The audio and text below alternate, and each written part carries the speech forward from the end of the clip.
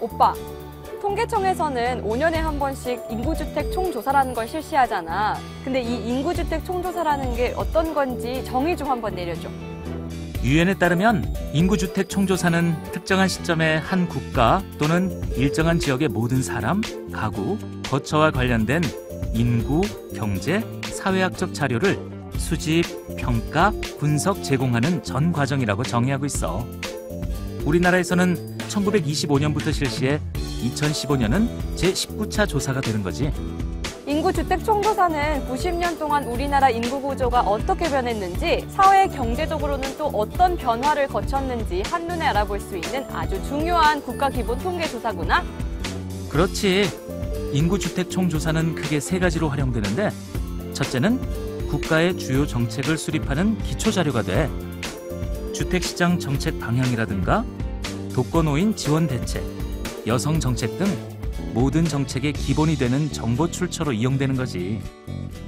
둘째는 대부분의 통계조사는 표본조사인데 말이야.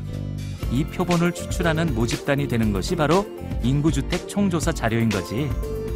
셋째는 나도 알 것 같아. 정부 각 부처에서 정책 계획을 세울 때나 기업에서 마케팅 전략을 펼칠 때 다 인구주택 총조사가 활용될 것 같은데? 맞아. 인구주택 총조사는 정부의 각 부처나 수많은 연구기관, 기업, 국민들에게 가장 활용도가 높은 통계 자료야. 국가 통계 포털 자료 이용 건수는 2014년에만 120만 건을 넘었어.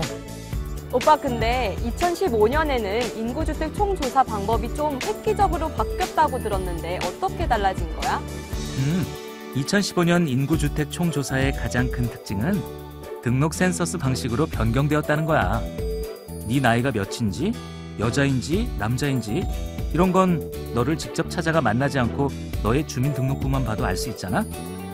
등록 센서스는 인구, 가구, 주택의 총 규모, 구조 등 일반적인 특성은 전국의 모든 가구에 대한 직접 방문 조사를 하지 않고 주민등록부나 건축물 대장 등 행정자료를 이용해 통계를 생산하는 새로운 방식이야. 오빠, 등록 센서스 방식은 일종의 데이터 마이닝 기법을 활용한 거네? 그래. 행정자료라는 방대한 정보의 바다에서 국민들의 가장 기본적이고도 중요한 데이터만 뽑아낸 거라고 할 수 있으니까. 근데 말이야, 등록 센서스가 우리나라 모든 집을 방문하지 않고도 국민들에 대한 기본적인 통계를 뽑아내는 첨단 방법이라는 건 알겠어. 근데 행정 자료만으로 국민들에 관련된 중요한 통계를 낸다는 게 과연 가능할까? 가능하지 않지. 그래서 활동 제약, 경력 단절, 아동 보육, 사회활동, 1인 가구 사유 등 행정자료로 파악하기 어려운 심층 항목은 전 국민의 20%인 360만 표본 가구를 뽑아서 현장 조사를 병행하게 돼. 표본으로 선정된 가구는 2015 인구주택 총조사 홈페이지를 직접 방문해 참여 번호를 입력하고 조사 항목을 기재하면 돼. 그러면 표본 가구 중 인터넷 조사에 참여하지 않은 가구들만을 대상으로 조사원들이 직접 방문해 면접 조사를 하면 되니까 조사 비용도 많이 줄겠지. 오빠, 근데 인구주택 총조사가 등록 센서 방식으로 변화된 것은 조사 비용 때문에만은 아닐 것 같은데? 오, 예리한데. 등록 센서스를 도입하게 된 건 조사 환경에 많은 변화가 있었기 때문이야.